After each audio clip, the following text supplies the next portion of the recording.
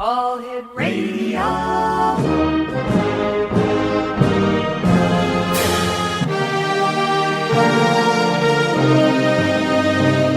Welcome to the X Zone, a place where fact is fiction and fiction is reality. Now, here's your host, Rob McConnell.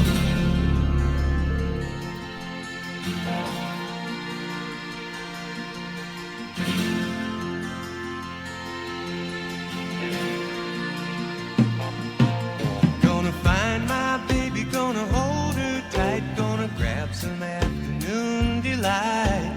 My motto's always been, when it's right, why wait until the middle of a cold, dark night, when everything's a little clearer in the light of day, and we know the night is always gonna be here anyway. Thinking of you's working up my appetite, looking forward to a little afternoon delight. Welcome back to the X Zone, everyone. My name is Rob McConnell, coming to you from our studios in Hamilton, Ontario, Canada, on the all-new X Zone Broadcast Network and the Talkstar Radio Network. 1-800-610-7035 is toll-free. My email address, xzone@xzoneradiotv.com. On MSN Messenger, xzoneradiotv @hotmail.com, and our website, www.xzonetv.com. My guest this hour is Ed KOMAREK, and Ed is a longtime UFO ET investigator and activist, having been involved in the field for 40 years. He was involved in the exopolitics long before the word was ever coined by Alfred Weber a few years ago. For the past several years, Ed has written over 100 exopolitical essays on exopolitics published to this blog, which is www.exopolitics.blogspot.com, and other internet pages as well. The essays are regularly published in the American Chronicle, the OPED News, the Canadian National Newspaper, as well as in the UFO ET community by UFO Digest and the Alien Seeker News. And joining me now is Ed KOMAREK. And Ed, welcome back to the X Zone. And how are things with you in this new year so far? Hi, Rob. Things are going along pretty good. How's it with you? Well, it's a new year. A lot of great things happening here in the X Zone. But tell me, Ed, in ufology, are there more sightings than usual, or are the sightings staying the same?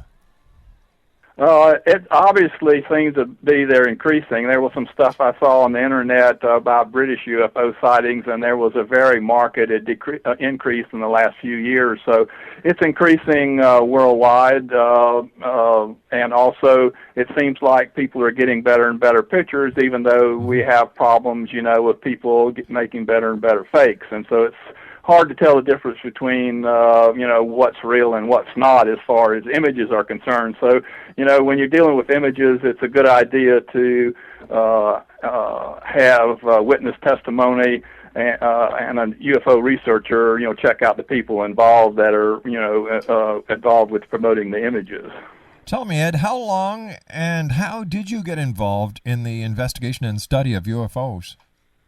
Well, I was born and raised in southwestern Georgia, which is way down in the deep south, and at 17 years of age, I had 1 year at a local college, and I decided to go out, strike out on my own, and go to Fairbanks, Alaska for my next years of college. And so at 17 in 1967, I went to the university and began at the University of Alaska. And Fairbanks at that time was a real frontier community, and downtown there were like lines of bars, with where college students would go down and drink and play pool. And I don't know for sure, but I expect in the middle of winter, on that first winter that I was there, I, went out to get some fresh air, which was, probably 40, 50 below zero at the time. And I walked by a little side street that had New Age bookstore above it. And I got curious and opened the door and was greeted by, warmth and incense and crystals and rows of books on the paranormal, UFOs, reincarnation, out-of-the-body experiences. And this just I just felt right at home, and it really blew me away. And I started reading up on the subject.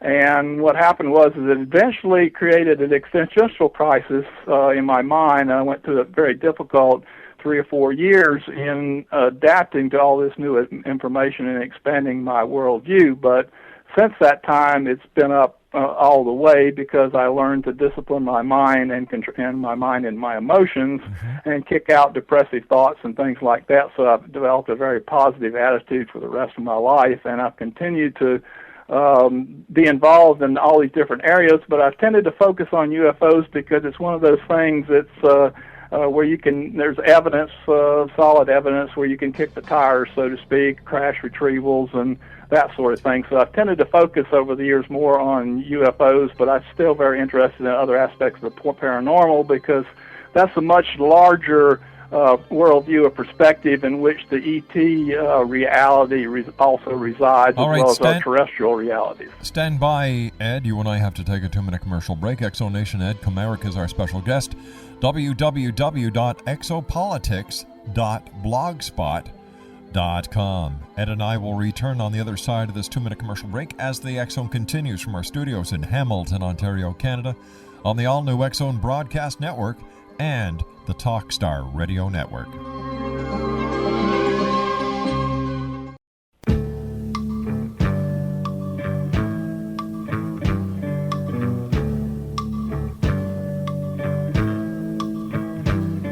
I feel it in my fingers, I feel it in my toes. Well, love is all around me, and so the feeling grows.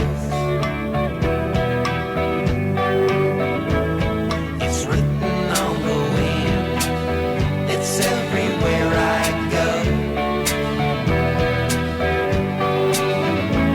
So if you Ed KOMAREK is my special guest this hour. His website is exopolitics.blogspot.com.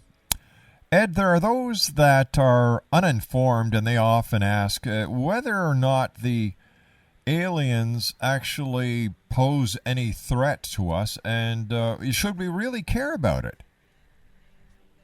The way that I look at it is, I actually wrote about a little bit about that in my latest article, is that each one of us as individuals, who have our little and micro environments that we operate in, are very much influenced by the macro environment, or the terrestrial politics and economics. And the analogy I thought about was, it's kind of like a farmer in a remote area of the world that you think wouldn't need to be, is pretty much out of touch with the rest of global society. But it's very important for that farmer to know about global society and what's going on the political and economic front, because it involves the prices that he gets for his farm products. It involves prices on his fertilizer, and it also involves fuel costs. And these are all influenced by global politics and economics. And so we're in the same kind of situation as that farmer, that it's very important for him to not only know about what's going on in the rest of the world, but also how to position himself to, with that knowledge, to his best advantage. And unfortunately, we're kind of in a situation where we're like a farmer that doesn't have any idea what's going on in the rest of the world, and so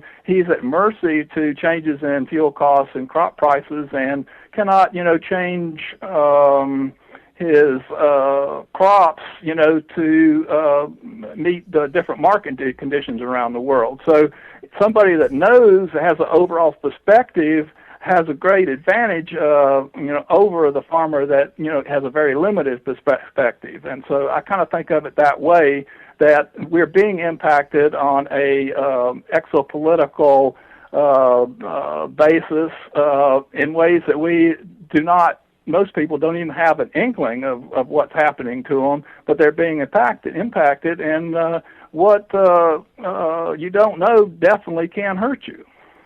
How do we know if we as an individual, or someone we know, or someone we love, is actually being abducted by these aliens or having contact with them?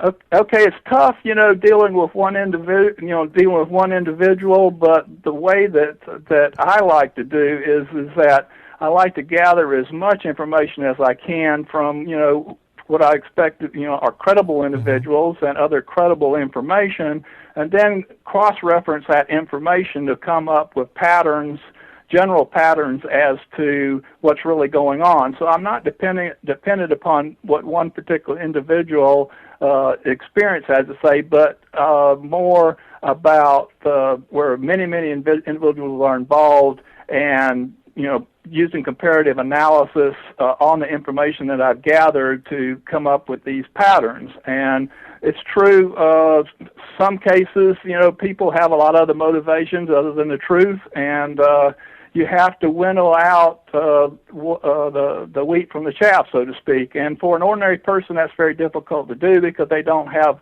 that much knowledge and experience, and let alone maybe the capacity to be able to sort things out. So that's where people like I, can be of great help to people. If they feel like my work and they feel that it's credible, I can give them the concepts in which the overall perspective in which they can then begin to evaluate what an individual friend has told them or what their own personal experience is. Do you think, after all the research that you've done and that you're continuing to do, that the governments of the world are truly suppressing the information about UFOs and ETs? Breaking up a little bit with you. I don't know if it's my phone or not. Could you repeat the question? Sure. I was asking you if, after all the years that you've been doing investigations into UFOs and the related fields, if you believe that the governments of the world are suppressing the information that they have on UFOs and alien beings. The evidence is just incredible for anybody that really wants to, get on the internet and search the data that's now available, on crash retrievals, on abductions, on contactee cases. There's just a massive amount of information available to ordinary people, like I said, but the problem is people being able to sort that out. So there's no doubt in my mind that the information is being suppressed, and for a number of reasons. The first reason is that people were, the military and the political leaders and scientists were very afraid when spaceships started falling out of the sky, and their natural reaction after World War II was to classify everything and suppress the information until they figured out what was really going on. But unfortunately, the problem went from fear to greed, and a lot of corporations realized that they could make a whole lot of money off of reverse engineering extraterrestrial resources, for the marketplace. And so the cover-up switch, main motivator for the cover-up switch from fear to greed, and that's a real problem for our society and very damaging for us both spiritually, mentally, and emotionally, and even our environment. Besides the information on the internet, Ed, what evidence do you have to substantiate the fact that you believe UFOs are here? Have you touched any evidence? Have you seen the evidence firsthand, or are you going by secondhand information? I have talked to so many people over the last 40 years. I have seen some possible evidence. There was a guy in Atlanta that had claimed that had a small piece of a spacecraft that looked like some kind of a plastic composite, but it wasn't extremely hard or whatever. It looked like maybe it was some kind of an insulation or whatever involved in a case. But mostly I feel very comfortable about the government documents that can be accessed at majestic.com. I think it's called majesticdocuments.com. And that's a good place for people to start on the evidence of the government's own documents. Now, they're releasing documents all over the world on a regular basis. Sometimes they publicize it, and sometimes, like in Canada, they just flipping them out. But I've also had a lot of personal experiences with people that have been involved in the military, involved in these classified programs, and also local contactees that have, given me a lot of information. So it's kind of the cumulative effect of all the information together allows one to put together a picture, that hopefully is 80% correct as to what's going on, and use that to fly sort of by the seat of my pants. Now, you say you've spoken to members of the military who have worked on classified, some of these classified projects. Now, what does this tell you about their credibility if they're willing to give you information that is classified?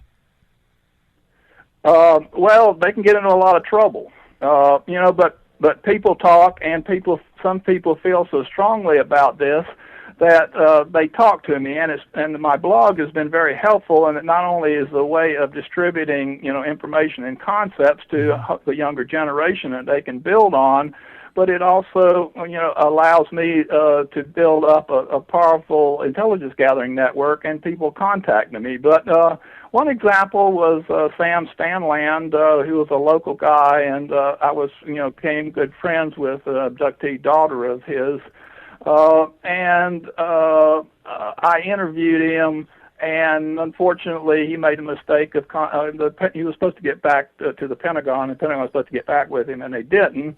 And when the Pentagon got back to him, they came down on him really hard. His trailer was burglarized, and he was given a whole new set of documents as to what military documents and everything. And not only was that bad, but they came down on a friend of his that hadn't even talked to me, and afterwards both of them went out and got drunk. And that's the kind of situation that you run up against is that people, when they leak information, they got to be very careful about leaking it to me, because it can get them in a whole lot of trouble. And sometimes people are aware of that, and sometimes people like Sam Stanland thought that a lot of this information had been declassified, but it hadn't. And he told me about information that I had never heard before, that Jimmy Doolittle, he had seen pictures of aliens that Jimmy Doolittle had taken, and I'd never heard that in the UFO community before. And I called up John Lear and asked him about that, and John said that's interesting, because when John Lear first got interested in UFOs, his mother got concerned, and she called Jimmy Doolittle a family friend, and he says, yes, it's real, but I can't talk about it. And so it's a very serious thing, and I protect a lot of my sources, very carefully. Let me ask you this question, and I'll give you over the news break to come up with an answer. Why would members of the military come to you and give you classified information instead of going to mainstream media where they could actually become whistleblowers? That makes no sense to me. Okay, do you want me to continue here? Or no, we're going to take a break, and we'll be right back. Exo Nation, my guest this hour is Ed KOMAREK. His website is www.exopolitics.blogspot.com. That's exopolitics.blogspot.com. 1-800-610-7035, toll free throughout the U.S., Canada, and now worldwide at 1-800-610-7035, toll free. My email address is xzone@xzoneradiotv.com. On MSN Messenger, xzoneradiotv@hotmail.com, and our website, www.xzoneradiotv.com. I'll be back on the other side of this commercial break with the news as we continue from our studios in Hamilton, Ontario, Canada, on the all-new X-Zone Broadcast Network and Talkstar Radio Network. Is all around me, and so the feeling grows. It's written on the wind, it's everywhere I go.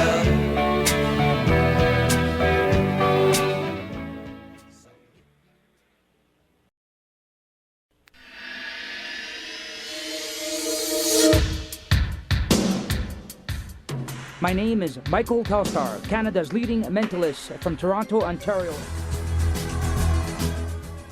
Hi, my name is Spoonza, and you're listening to my dad, Ron McConnell, on the X-Zone. This is Psychic Dorothy from St. Catharines, and you're listening to Rob McConnell. Hello, my name is Holly Reeves, an astrologer from Astro For You, and you're listening to Canada's #1 paranormal radio show, The X Zone, with Rob McConnell. Welcome to The X Zone, a place where fact is fiction and fiction is reality. Now, here's your host, Rob McConnell.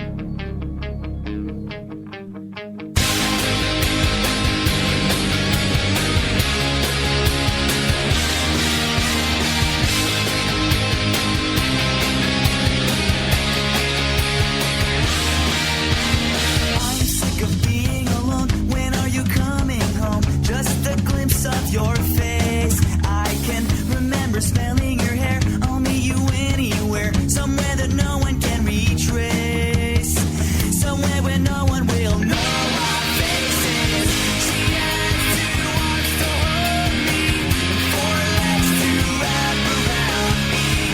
She's not your typical girlfriend, she's my alien. Welcome back, everyone. Ed KOMAREK is our special guest. Exopolitics.blogspot.com. That's exopolitics.blogspot.com. Ed, before we went to the commercial break, I asked you a question, and I didn't ask it to be sarcastic. I didn't ask it to be mean. I just can't understand why these whistleblowers are willing to talk to a researcher and an internet writer like yourself, instead of going directly to mainstream media, where if their evidence was substantiated and checked out and verified, would hit the worldwide listener and viewer audience? Well, what you have to understand is that most real whistleblowers, there's some that have gone public and, they take the heat. Stephen Greer has, brought out quite a few of those, that have offered to testify in Congress and, at the National Press Club. And, but there's also, you got to understand that being that this is highly classified and people are risking, not only themselves, but their pensions and their livelihood, and their clearances. They don't want to go out into the public domain or talk to the mainstream press because this could all come down on them. So that's another problem that we have is a lot of times we can't give these people's names because that would expose them to severe repercussions. There's legally there's a document out on the internet that says there's a $10,000 fine. It's JNAP 146. There's a $10,000 fine and a year in jail for revealing information on UFOs. And so you have that problem there, and then contactees, real contactees, usually avoid publicity like the plague because, like I've written about, the military is not very happy with any ET collaborators, and they can also get into a lot of trouble with our government and whatever. So you got to understand that we're up against a massive cover-up and enterprise that's basically based on extreme profitability of reverse engineering extraterrestrial technology. So it's all a matter of money. Like so many other things, that is the reason this cover-up is in place. And in fact, corporations apparently control the access to a lot of, or the gatekeepers to this classified information. There's information on some of my blogs where Admiral Wilson, actually inquired into some of these special access programs, and he was met by corporate lawyers that told him that he could go no further. So, I mean, if you study up on this, you're up against corporations that control governments, and they have a monopoly on this technology, and just like any other monopoly, they don't want the information to get out, because then they would lose their monopoly. And I call it the alien resource cartel, and I've written articles about it, and it's similar to OPEC, except that it's made up of corporations rather than countries. And this cartel came out with a guy that was the head of the Lockheed Skunk Works, and from the third cousin White's removed of the. I'm sorry. Hello? From the third cousin. Go ahead. Okay. And his name was Ben Rich, and you can look this up on the internet. And he said, he said that basically that this was no longer completely under the MJ12, the organization MJ12, which it was originally. That it had been spun off into an international board of directors, and so we have a lot of evidence like this, and you put it all together that, this is a very serious matter. A lot of money is being made. Well, wait a sec. Hold on here. What is the evidence?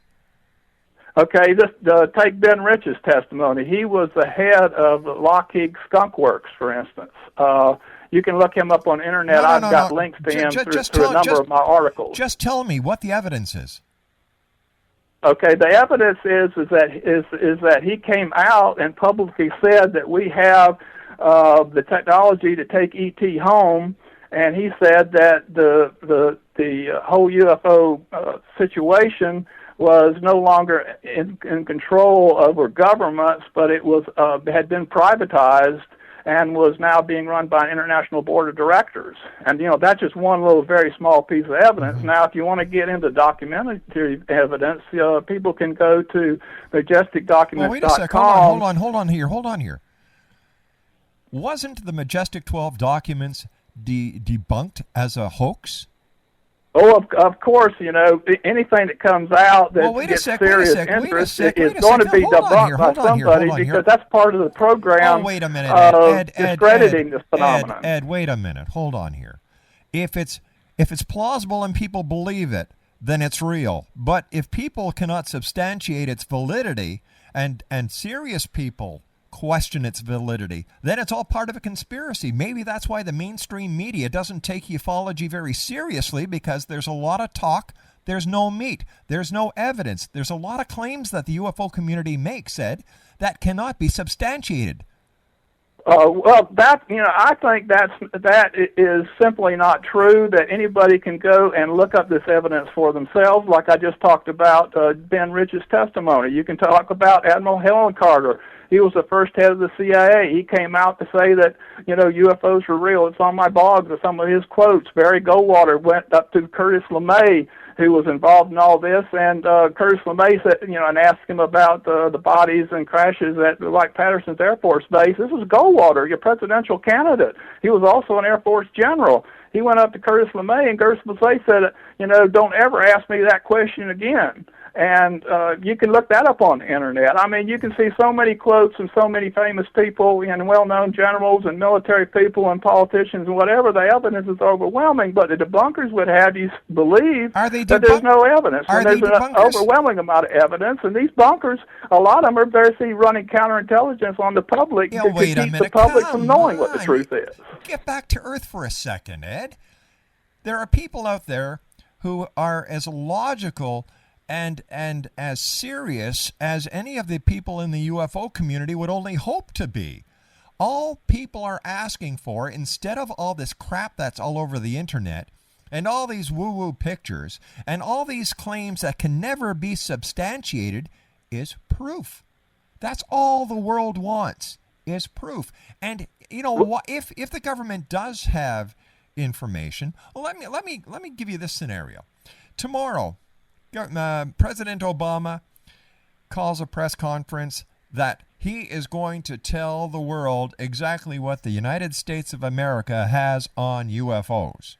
At a press conference, the President of the United States comes out and says, the truth of the UFO matter is we have no information. The UFO community would automatically say it was a bunch of bunk, that the President of the United States was lying, and that the cover-up was still in place. But what happens if he was telling the truth? You see, I believe that it's the UFO community that is maintaining the conspiracy. Because as long as the UFO community can convince people, talk about a counterintelligence operation, I think the UFO community is doing a great job on this myself.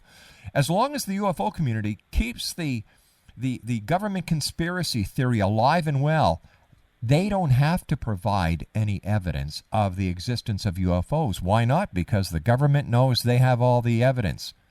So you see, it's not only the people on the outside looking in who believe that there's a conspiracy theory, but I believe, and so do many other people, that the UFO community is maintaining the government conspiracy, and it has nothing to do with the government.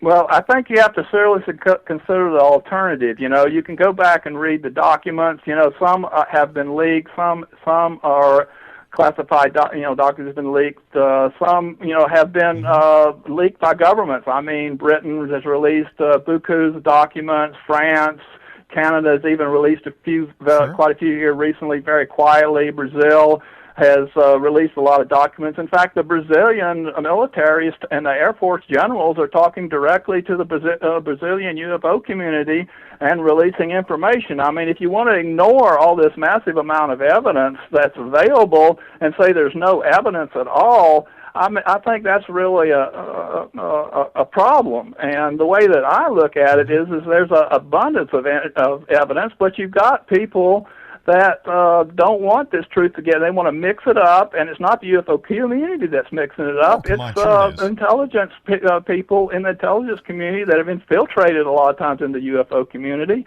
but both as UFO researchers and as debunkers. And it's a matter of each individual to figure out the truth here, But I'm become convinced that it's not the UFO community. The UFO community is very factionalized and fights amongst itself, and it acts like a dysfunctional intelligence community that's been compromised, which is exactly what has happened over the last 60 years. I mean, but it's up to the individual whether to ignore all this evidence, or to try to take up all this evidence that's available and sort it out and come to some kind of a understanding of what's going on. All right, but in the grand scheme of things, big deal. So the UFOs are here, even if they aren't here. Big deal. They're here. Big deal. The aliens are here. According to some people within the UFO community, they've been here since day one. So big deal. At the end of the day, what's the difference? Yeah, this was what I brought up earlier, that our micro environment, our individual environment, is very much dependent upon the macro environment. For instance, local politics are being affected by global politics. The U.S. Chamber of Commerce, has a worldwide presence, and then they go right down into the federal government and the state and right into every county in this country, So there's a macro presence, macro environment here that's very important to the understanding of our individual environment. So people often ask, well, how's it going to impact me? And I say, well, it's impacting you as far as fossil fuels, and the destruction of the environment, because we should have been out of fossil fuels and into these cheap alien technologies 40, 50 years ago, and this would have solved the global warming problem along with many of these other problems. So what we don't know can hurt us, and is hurting. Look, you know where the major problem lies? If you really want to take a serious and honest look at the world economy and the global outlook, look at China. Take a look there. That's where a big problem of global warming is coming from, not aliens. And don't you think that if this alien so-called technology was around by now, it would have slipped out, and one of the other countries in the world who would love nothing better to do than to smear the great United States of America would come out with the unequivocal proof that the United States has been lying all these years, and that here is a crashed UFO, here is a dead alien, and look, here's a turbo thrust booster from a Star Trek that has been circling this Earth. And don't you think that would have happened by now? God, if the President of the United States can't have a presidential affair in the most secure building in the world without the world knowing months later. How in the name of God are you going to suppress all this so-called reverse technology? It makes no sense. Okay, well, you have to understand that there are whole aspects of the intelligence community that work to suppress this information. As soon as it gets out in a local newspaper or something, then the CIA picks it up. Next thing you know, you got somebody knocks on your door that's a salesman that say you've got some physical evidence or claim to have some physical evidence. Next thing you get a door from some salesman, and a salesman, talk to you about so-and-so product. Next thing, this discussion gets on the UFOs, and you said, oh, yes, I've got, this little piece of crash craft over here. Well, let me show you. And, the salesman say, yeah, that's interesting. And maybe a week later, somebody comes to a guy's door with material seizures warrant, or he's burglarized, and the evidence disappears, and all he has is a good story. I mean, this has happened, time and time again. You're up against. And you really believe this stuff? Well, anybody, if they want to take the time to really look at the evidence that's available and not just, come up and say there's no evidence, like a lot of the debunkers do. If they really want to look at this evidence, take all the little bits and pieces. Like I say, it's like a vase. When you suppress information, it's like breaking a vase, and you have to pick up all these little pieces and try to put them together into the original condition of the vase. But that is difficult enough. But and then we've got to say so long for this guy just doesn't know when to stop talking. All right, gang. Ed, thanks very much for joining us. You go watch out for those little black men and those little black helicopters and those alien crunchers, because I'm sure they're going to be out to get you. And I guess I'm a debunker, and proud to be one. I'll be back on the other side of this commercial break as we continue right here from our studios in Hamilton, Ontario, Canada, on the all-new X-Zone Broadcast Network. Knows when something is wrong, when something doesn't belong. She can read in mind.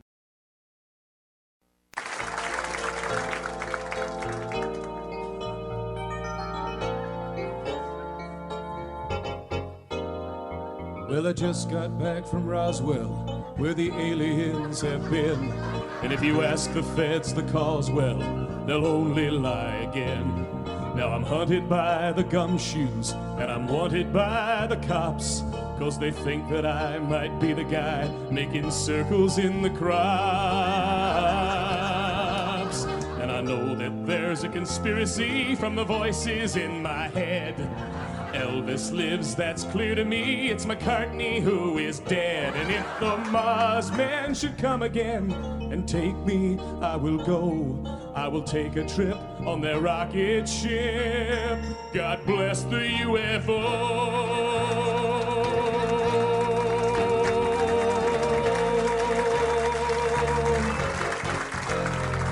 Give JFK this message. It's the Cuban Army's fault. And I know that Dave Koresh is alive inside a vault. We've seen reports in papers of a guy who knows about a car that runs on chewing gum, but the Arabs rubbed him out. And we loudly warn that America is badly unprepared. With the Cold War through, we need something new that can get you good and scared. You wonder just who is warning you of conspiracies today. We're the ones who fill the rumor mill. We are the CIA. Welcome back. I guess I am officially now a UFO debunker. Well, no, I'm not. I'm a guy who wants answers. I'd like to see some proof beside this. These UFO papers, the majestic papers that were debunked as hoaxes. I'd like to see more evidence beside a bunch of old phonies claiming to be members of the military going to people like Ed KOMAREK, who don't have the guts and the dedication to go and face mainstream media. You see, you go to a guy like Ed and you tell him a UFO story and he believes you right off the bat. Wow, this is fantastic. You say that you worked on this project. Wow, it's got to be real because you're telling me. Bull crap. The people who go to people like Ed KOMAREK and the other members of the woo-woo alternative media that we have to thank the internet for don't have the credibility nor the guts to face mainstream media and to present the facts that they claim to have. You see, when you talk to mainstream media and real journalists, they want to see the proof. They want to verify using credible means of research, not just the internet. The big problem is that I believe that it's not the government who is suppressing information and maintaining the UFO conspiracy. It's the UFO community itself. Because, as I said to Ed, as long as the UFO community claims there is a government conspiracy, they don't have to produce any evidence for the existence of UFOs.